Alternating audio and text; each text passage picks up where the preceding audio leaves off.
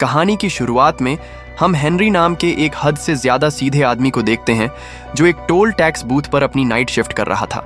उसके चेहरे से ऐसा लग रहा था मानो उसकी जिंदगी पूरी तरह से बेरंग चल रही हो। सुबह जब वह घर पहुंचा तो उसकी बीवी ने भी यही कहा कि अब तुम मुझसे प्यार नहीं करते ना, मुझे याद है जब तुम करते थे। सब कुछ बहुत अलग था। उनकी बातचीत चल ही रही थी कि तभी किसी ने बाहर से जोर से दरवाजा खटखटाया। जब हेनरी ने दरवाजा खोला तो दरवाजे पर उसका दोस्त एडी खड़ा था। उसके साथ ही जो नाम का एक आदमी भी था जिसकी हालत बहुत खराब लग रही है, जो बार बार उल्टियां करने लगा। डेबी एक नर्स है तो वह जो कि मदद करने के लिए उसे अंदर ले आई। तभी एडी ने हेनरी से कहा कि भाई आज इसकी बास्केटबॉल टीम का मैच है, इसकी जगह तू खेल ले क्योंकि यह ऐसी हालत में तो नहीं खेल पाएगा। हेनरी ने मना करने की कोशिश तो की लेकिन एडी उसे अपने साथ जर्सी पहनाकर ले ही गया। हेनरी ने पूछा कि गेम कहाँ खेली जाएगी। एडी ने कहा ज्यादा दूर नहीं है यहाँ से, बस 15 मिनट लगेंगे। तभी एडी ने गाड़ी रोकने को कहा और यह कहकर चला गया कि हम बस थोड़ी देर में वापस आ जाएंगे, बस खाने पीने का कुछ सामान लेने जा रहे हैं, तू यहीं पर बैठा रहियो और गाड़ी चालू रखियो, ठीक है ना। तभी जाते जाते एडी और उसके दो और साथियों ने मास्क पहन लिए। बाकी दो लोगों को तो हेनरी जानता तक नहीं था। वो तीनों अपनी अपनी बंदूकें निकालकर बैंक में घुस गए। बेचारे हेनरी को तो अब तक आइडिया भी नहीं था कि एडी और उसके साथी यहाँ बैंक लूटने आए हैं और वह उनका ड्राइवर है। और तो और गाड़ी भी चोरी की थी, तार निकाल के स्टार्ट कर रखी थी। कुछ देर बाद ही वह लोग बैंक से निकलकर इधर उधर भागने लगे। इतने में वहाँ मौजूद एक गार्ड ने हेनरी को देख लिया। उसने बिल्कुल चोरों जैसी ही टी शर्ट पहनी हुई थी। इसी वजह से उसे गिरफ्तार कर लिया गया। पुलिस वालों ने हेनरी से बहुत पूछने की कोशिश की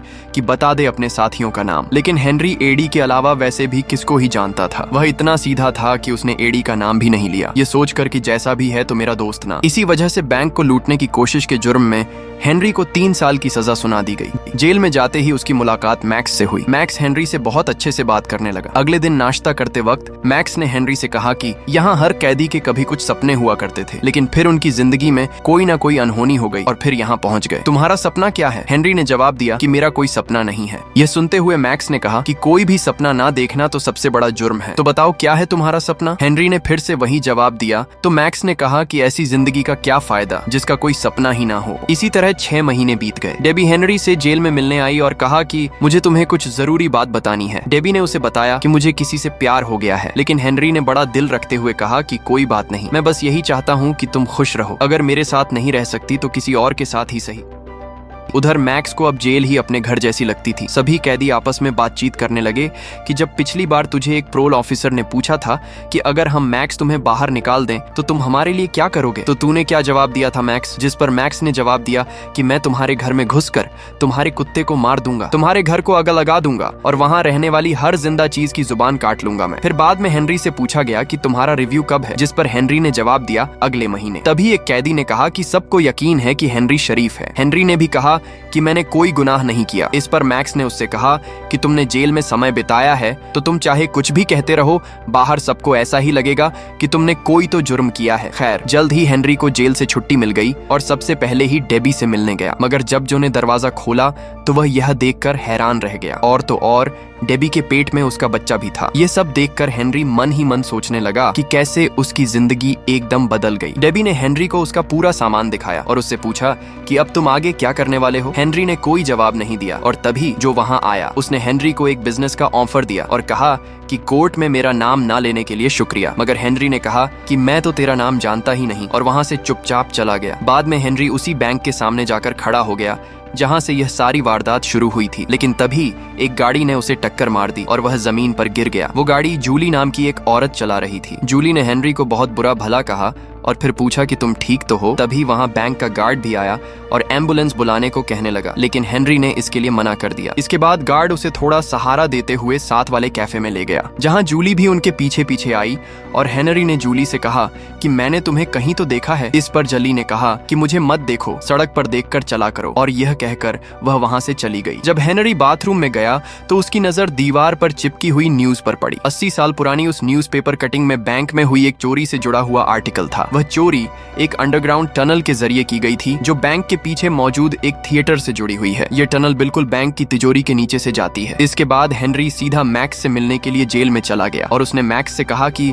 मुझे अपना सपना मिल गया है। उस बैंक को लूटना ही मेरा सपना है जिसके चक्कर में मैं यहाँ पहुँच गया हूँ। सजा जब काटनी है तो कम से कम चोरी करूँ तो सही। मैक्स को कुछ समझ नहीं आया तो हेनरी ने कहा कि क्या तुम बैंक लूटने में मेरा साथ दोगे? मैक्स ने उससे पूछा तेरे पास कोई प्लान है भी कि ऐसे ही हवा में चला हुआ है तू? जिस पर हेनरी ने कहा कि तुम चिंता मत करो, एकदम टॉप क्लास प्लान है मेरे पास। ये सब होने के बाद हेनरी थिएटर में चला गया और वहीं जूली भी अपने नाटक की रिहर्सल कर रही थी। जूली को नाटक करते समय उसका डायरेक्टर काफी डांटने लगा और कहने लगा कि तुमसे नहीं हो पाएगा ये सब, जिसके बाद जूली गुस्से में कॉफी पीने चली गई। जाते जाते उसने हेनरी से कहा कि कहीं तुम मेरा पीछा तो नहीं कर रहे। हेनरी ने मना कर दिया और उसके पीछे कॉफी शॉप तक चला गया। वहां कॉफी पीते पीते हेनरी जूलिया की एक्टिंग की तारीफ करने लगा। तभी जूली ने हेनरी से कहा कि उस एक्सीडेंट की कंप्लेंट ना करने के लिए थैंक्स, और दूसरी तरफ जेल में मैक्स ने भी पैरोल अप्लाई कर दिया। कुछ सवाल पूछे जाने के बाद उसे भी छुट्टी दे दी गई। हेनरी ने मैक्स को पहले ही समझा दिया था कि ऑफिसर्स के सामने कैसे पेश आना है। जब हेनरी उसे जेल के बाहर लेने आया तो मैक्स उससे पूछने लगा कि तुम्हारी गाड़ी कहाँ है। हेनरी ने कहा कि मेरे पास गाड़ी नहीं है। दरअसल हेनरी पैदल ही मैक्स को लेने आ गया था।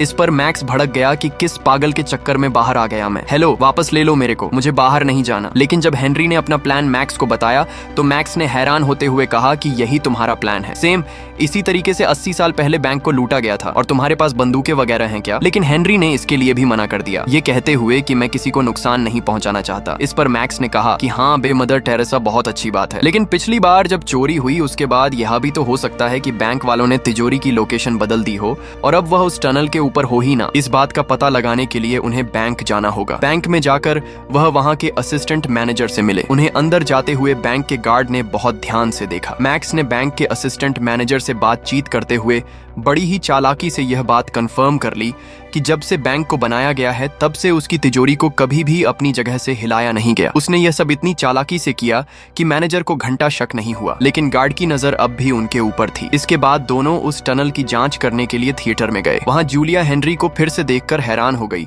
और इस बार तो मैक्स भी उसके साथ था। लेकिन तभी मैक्स बोल पड़ा कि जब मैं जवान था तो मैंने यहाँ बहुत सारे प्लेस किए हैं, मैं हेनरी को यही दिखाने यहाँ लाया हूँ। आपको कोई एतराज तो नहीं अगर मैं थिएटर को अंदर से देख लूं? अंदर जाते हुए जूली ने मैक्स से पूछा कि वो कौन कौन से नाटक यहाँ कर चुके हैं, तो मैक्स ने सीधा शेक्सपियर का नाम ले दिया। फिर मैक्स ने कहा कि मेरी यहाँ बहुत सी यादें हैं, तो मैं थिएटर का कोना कोना देखना चाहता हूँ, जिसके लिए मैक्स को परमिशन मिल भी गई। मैक्स के जाते ही जूली ने हेनरी से पूछा कि यह तुम्हारे पिता हैं क्या? जिस पर हेनरी ने जवाब दिया कि नहीं नहीं, अच्छा दोस्त है सिर्फ। दूसरी तरफ थिएटर का एक आदमी मैक्स को थिएटर दिखाते हुए टनल वाले दरवाजे के पास ले गया और मैक्स उसका जायजा लेने लगा। दूसरी तरफ जब जूलिया ने हेनरी से सवाल किया कि तुम क्या करते हो, तो हेनरी ने सीधा सीधा बता दिया कि मैं हाल ही में जेल से छूटा हूँ, अभी तो कुछ नहीं करता। जूलिया चौंक गई। जेल में क्यों थे तुम? तुमने कोई मर्डर वगैरह किया होगा ना? जिस पर हेनरी ने कहा कि एक लंबी कहानी है, फिर कभी सुनाऊंगा। जिसके बाद उन्होंने आज शाम को डिनर पर मिलने का प्लान बनाया। घर जाकर मैक्स ने हेनरी को बताया कि वह टनल एक ग्रीन रूम की दीवार से जाती है, तो हमें कुछ भी करके उस ग्रीन रूम को हथियाना पड़ेगा। लेकिन हेनरी का ध्यान तो सिर्फ तैयार होने में था, क्योंकि जूली के साथ डेट पर जो जाना है, और उसने मैक्स से पूछा कि मैं कैसा लग रहा हूँ। तो मैक्स ने हंसते हुए कहा कि हमेशा की तरह अपने जैसे ही लग रहे हो, और जाओ अपनी डेट एंजॉय करो, बाद में करेंगे प्लानिंग। उनकी डेट के दौरान जूली ने हेनरी को बताया कि मैं बहुत बड़ी एक्ट्रेस बनना चाहती हूँ, मैं चाहती हूँ कि सब लोग मेरा नाम जानते हो। उनकी डेट के दौरान हेनरी ने जूली को पूरा सच बताया कि किस तरह उसे जेल हुई थी और अब वह सच में बैंक लूटना चाहता है। जूली उसका प्लान सुनकर हैरान तो काफी हो गई थी, लेकिन अब उसे हेनरी का साथ पसंद आने लगा था। फिर दोनों घर आ गए और अब उनके बीच की नजदीकियां बहुत ज्यादा बढ़ गईं। अगली सुबह हेनरी और जूली मैक्स के घर गए, मगर मैक्स जूली को देखकर खुश नहीं था। तो हेनरी ने मैक्स से कहा कि टेंशन मत लो, ये हमारे साथ ही काम करेगी। लेकिन तभी मैक्स हेनरी को साइड में ले जाकर उस पर भड़क गया कि तुमने इसे पूरा प्लान क्यों बताया। थोड़ी देर बाद खाना खाते वक्त जूलिया ने मैक्स से सवाल पूछा कि तुम जेल में क्या कर रहे हो, जिस पर मैक्स ने बताया कि मैंने कई खून किए हैं। इस पर जूली ने उससे पूछा कि तुमने इतने सारे मर्डर किए, तुम्हें पकड़े जाने का डर नहीं था। इस पर मैक्स ने कहा कि मुझे जेल जाना पसंद है, मेरी तो फेवरेट जगह है वो। थिएटर जाते वक्त जूलिया और हेनरी को आइडिया आया कि क्यों ना हम इस थिएटर में ऑडिशंस रखते हैं, इससे हम ज्यादा से ज्यादा वक्त यहाँ बिता पाएंगे। लेकिन कुछ देर बाद मैक्स को आइडिया आया कि क्यों ना जिस एक्टर का वो ग्रीन रूम है उसको निकाल के हेनरी को वो रोल दे दिया जाए, फिर हम आराम से खुदाई करते रहेंगे, किसी को कुछ पता नहीं चलेगा। इस पर हेनरी ने कहा कि मुझे एक्टिंग थोड़ा ना आती है, लेकिन मैक्स ने उसे पूरा चढ़ा दिया। अबे शक्ल देख अपनी, नेचुरल एक्टर है तू, इससे बढ़िया कोई नहीं कर पाएगा, और वैसे भी ये तो लीड रोल है। कुछ देर बाद वह एक्टर खुद ब खुद प्ले छोड़कर चला गया, ये कहकर कि उसे बहुत बड़ी पिक्चर में काम मिल गया है। लेकिन असल में तो मैक्स ने उसे बेवकूफ बनाया था। जब ये बात जूली को पता चली तो वह बहुत गुस्सा हो गई। तुम लोग मेरा करियर खराब करके मानोगे क्या? हेनरी ने ऑडिशन दिया और वह सिलेक्ट भी हो गया। अब उन्हें और भी आसानी होगी अपना काम पूरा करने में। मगर उन्हें एक दो दिन में ही एहसास हो गया कि यह टनल का काम 2 लोगों के बस की बात नहीं है और उन्होंने जो को इस काम में शामिल करने का फैसला किया। बहुत समझाने के बाद जो इस काम को करने के लिए तैयार हो गया, लेकिन सुरंग देखते ही जो बोला कि यह सब करने की क्या जरूरत है, तुम सीधा बंदूक लेकर जाओ और चोरी कर लो। इस पर मैक्स ने जवाब दिया कि तेरी तरह बेवकूफों वाली चोरी नहीं करनी हमें। धीरे धीरे काम चलने लगा। इस काम के साथ साथ हेनरी अपने रोल के लिए भी काफी डेडिकेटेड था। हेनरी को अब सिर्फ पैसा नहीं चाहिए था, उसे जिंदगी में कुछ नया करना था। एक रात जब वह अपना काम करके घर जा रहे थे तो उस बैंक वाले गार्ड ने उन्हें रोक लिया जिसने हेनरी को गिरफ्तार किया था। पुलिस वाले ने कहा कि तुम वही हो ना जो बैंक लूटने वालों के साथ था, और अब भी मैंने तुम्हें बैंक के पीछे से कई बार थिएटर जाते हुए देखा है। मैं इस बार कोई गड़बड़ नहीं होने दूंगा। हेनरी ने पुलिस वाले को अपने साथ चलने को कहा और फिर गाड़ी को एक शांत जगह पर ले गया। हेनरी ने उससे पूछा कि तुम चाहते क्या हो? तो फ्रैंक ने बताया कि हर महीने एक बार एक ट्रक हमारे साथ ही पार्टनर बैंक्स में जाता है, सारी करेंसी को लेकर एक जगह इकट्ठा करता है। इस बैंक की तिजोरी में उस वक्त 100 करोड़ से भी ज्यादा रुपए रखे होते हैं। कोई बेवकूफ ही होगा जो बैंक को किसी और समय लूटने की कोशिश करेगा। मैं अंदर से तुम्हारा आदमी बनकर अलार्म सिस्टम में तुम्हारी मदद कर सकता हूँ। अगले दिन थिएटर में जूली के रोने वाले सीन के दौरान डायरेक्टर ने उससे कहा कि तुमने कभी किसी से प्यार नहीं किया ना, दिल नहीं टूटा तेरा कभी, यही तेरी दिक्कत है। बिना इस फीलिंग के तुम कभी एक महान एक्ट्रेस नहीं बन पाओगी। फिर 5 मिनट का ब्रेक हो गया। जूली बाथरूम में जाकर रोने लगी। हेनरी ने पूछा कि तुम ठीक तो हो ना? तभी जूली फूट फूट कर रोने लगी। उसने कहा कि हाँ, नहीं हुआ मुझे कभी किसी से प्यार, क्या करूं मैं, लेकिन एक्ट्रेस तो मुझे बनना है ना। इस पर हेनरी ने कहा कि तुम प्यार करती हो मुझसे, बस तुम्हें भी पता नहीं है, और मुझे यकीन है कि तुम बहुत बड़ी एक्ट्रेस बनोगी। फिर दोनों ने आगे बढ़कर एक दूसरे को चूम लिया। रात को मैक्स और हेनरी चोरी का प्लान तैयार कर रहे थे। तभी दरवाजे पर नॉक हुआ। हेनरी ने जैसे ही दरवाजा खोला तो उसने देखा कि जो और एडी खड़े थे। जो को देखकर ऐसा लग रहा था मानो उसकी छिताई की गई हो। तभी एडी ने हेनरी से कहा कि जो ने मुझे सब कुछ बता दिया है और अब मैं भी तुम्हारे प्लान में शामिल हूँ। लेकिन मैक्स को एडी बिल्कुल पसंद नहीं आया। उसने हेनरी से पूछा, कौन है ये नमूना? एडी कहने लगा कि मुझे सब कुछ पता है, इसीलिए अब तुम्हारे पास कोई चारा नहीं है। मैक्स ने दोबारा पूछा कि कोई मुझे बताएगा ये उल्लू का पट्टा है कौन? लेकिन एडी तिल मिलाकर कहने लगा कि मैं इस प्लान में अंदर हूँ और तू बाहर बुढ़े। मैक्स ने उसे सीधे तौर पर वहाँ से जाने के लिए कहा, लेकिन एडी ने मैक्स को दोबारा से बुढ़ा कहकर चिढ़ाया। तो इस बार मैक्स को गुस्सा आ गया तो वह एडी की तरफ उसे मारने के लिए बढ़ने लगा, लेकिन हेनरी ने जैसे तैसे बीच बचाव किया। अगले दिन मैक्स और हेनरी थिएटर गए तो उन्हें पता चला कि उनका शो बस कुछ ही दिन में हो जाएगा, और इस बात से वह दोनों परेशान हो गए। हेनरी ने कहा कि मुझे नहीं लगता कि अब हम चोरी कर पाएंगे। दरअसल वह भी अब जूली से प्यार करने लगा था। चोरी करके उन्हें यहाँ से भागना पड़ेगा, लेकिन अब वह जूली से दूर नहीं जाना चाहता। तभी मैक्स ने हेनरी को पकड़कर कहा कि तुमने मुझे जेल से बाहर बुलाया अपनी मदद करने के लिए,